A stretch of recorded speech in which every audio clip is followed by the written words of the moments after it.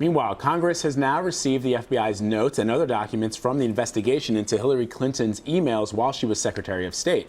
Republicans will no doubt be looking for some inconsistencies between what Clinton told the FBI and what she said before Congress. In a statement, the Clinton campaign said if the materials are going to be shared outside the Justice Department, they should be released widely so that the public can see them for themselves, rather than allow Republicans to mischaracterize them through selective partisan leaks. Paul Orfandes is the director of litigation at Judicial Watch. It's a conservative watchdog group, and he joins us now from Washington. And Paul, I hope I said your name correctly. If not, you go ahead and correct me.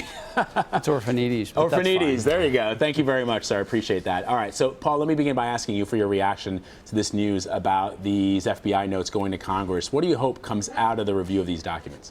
Well, we hope that the public finally learns directly from the FBI what Mrs. Clinton told the FBI about her email usage.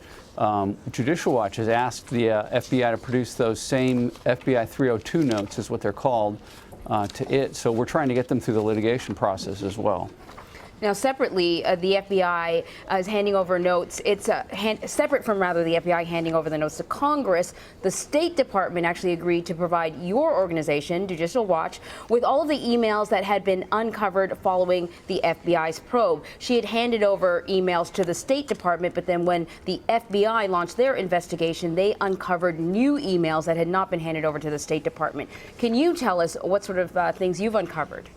Well, sure. What we know is that the FBI has recovered several thousand additional emails from multiple sources, including the different devices and servers that Mrs. Clinton used, and as well as from other sources as well. Now, in late July, the FBI turned over the first batch of those materials to the State Department, and then on August 5th, the FBI turned over a second batch of those same materials to the State Department.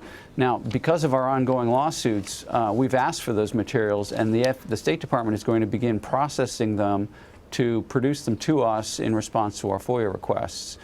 We have a court hearing on Monday morning in which we expect to find out what kind of schedule is going to be put in place so that we can get those documents as soon as possible.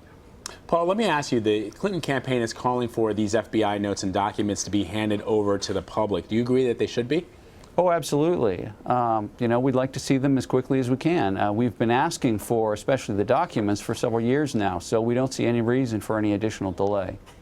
Well, even Republican Senate Judiciary Chair Chuck Grassley said that much of the material is marked unclassified and that Congress should release as much of the information as possible. But shouldn't that unclassified material be released to the public? At least maybe the unclassified stuff. You're agreeing that that should be released to the public? Oh, absolutely. I think it should be made available as soon as possible. Like I said, we've been asking for these materials for quite a long time now, and there's no reason for any further delay. Yeah. The other note, Paul, is the Clinton campaign is also saying that the document transfer is an example of Republicans, quote, what they say is second-guessing the career professionals at the FBI. So a question a lot of Americans are going to have is why shouldn't lawmakers simply trust Director Comey's recommendation not to prosecute Secretary Clinton? Well, I mean, these are the underlying materials that apparently the FBI used, relied on in making their decision, and it's not necessarily second-guessing, but it certainly is exercising oversight on Congress's part to see how it was the FBI director made his decision. So I think that's completely fair. And at the same time, the FOIA process allows for the public to find these, to review these records directly. So that's entirely fair as well. The law allows it. So there's no reason, unless there's some sort of claim of exemption or classification, why the public shouldn't find out what's in these documents. When Comey held his press conference, he said that no reasonable prosecutor would pursue a criminal case against Hillary Clinton. From what you know about the evidence, would you pursue a case?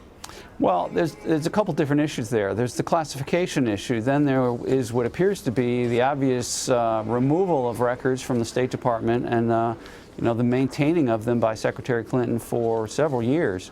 Now that, to me, is also a separate violation. That's something that I think should have been looked into, and we've had no explanation as to why the FBI and Director Comey didn't look into that violation.